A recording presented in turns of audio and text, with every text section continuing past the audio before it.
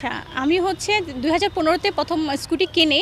আর চিটাগং শহরে আসলে 15 সালে হচ্ছে কেউ স্কুটি চালাবে মেয়েরা, এটা আসলে ভাবতেই পারতো না। তো আমি শুরু করি 15 সালে।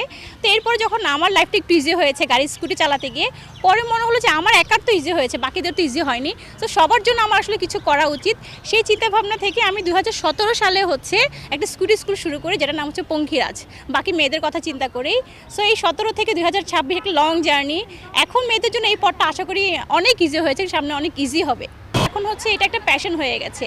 তো যেই জন্য শিখে মেজরিটি আমি যে কারণটা পাই হচ্ছে বাচ্চা আনা নেওয়ার জন্য। কারণ লোকাল বাস হচ্ছে আমাদের মেয়েদের জন্য একদম উপযুক্ত না, এত বেশি হ্যারাসমেন্টের শিকার হতে হয়। আর হচ্ছে গাড়ি ভাড়াও বেশি, সিএনজি অ্যাভেলেবেল না। বাচ্চাকে আনা নেওয়ার জন্যই মেইনলি হচ্ছে মহিলারা হচ্ছে স্কুটি শিখছে, এরপর নিজের অফিস যাতায়াতের জন্য। তখন দেখলাম আমার মতো অনেক মেয়েরা এই প্রবলেমগুলো ফেস করতেছে। আর বিশেষ করে আমাদের চিটাগং শহরে আমাদের এখানে মেয়েগুলো একটু শালীন, মানে হঠাৎ করে প্রতিবাদ করতে পারে না, যার কারণে রাস্তাঘাটে হাঁটতে গিয়ে লোকাল গাড়িতে চড়তে গিয়ে তারা অনেক বেশি প্রবলেম ফেস করে।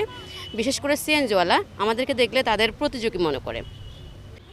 অ্যাকচুয়ালি আমি অনেক দিন থেকে যখন স্কুটি আমি দেখেছি, বিশেষ করে চিটাগং শহরে, তখন আমার খুব স্বপ্ন ছিল যে আমিও একদিন এরকম একটা স্কুটি নিব, আমি চালাবো, ওটা ছিল শখ।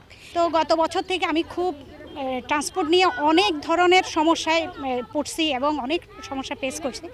তখন আমার এক কলিগ আমাকে সাজেস্ট করলো যে আপনি স্কুটিটা নিলে হচ্ছে পাবলিক প্লেসে, মানে পাবলিক ট্রান্সপোর্টে যখন আমরা গাড়ি চালাই তখন আমাদের অনেক হ্যারাসমেন্ট হতে হয়, গাড়িতে চড়ি যাই, অনেক হ্যারাসমেন্ট হতে হয়। সেই পরিপ্রেক্ষিতে আমরা চাই নিজেরা স্কুটি চালিয়ে নিজেরা স্বাবলম্বী হব, এবং গাড়ির জন্য অনেকক্ষণ অপেক্ষা করতে হয়, কোথাও গেলে বা আসতে অনেক লেট হয়ে যায় আমাদের। সেজন্য আমরা নিজেদের যদি একটা স্কুটি থাকে, স্কুটি চালাতে পারি এবং শিখতে পারি,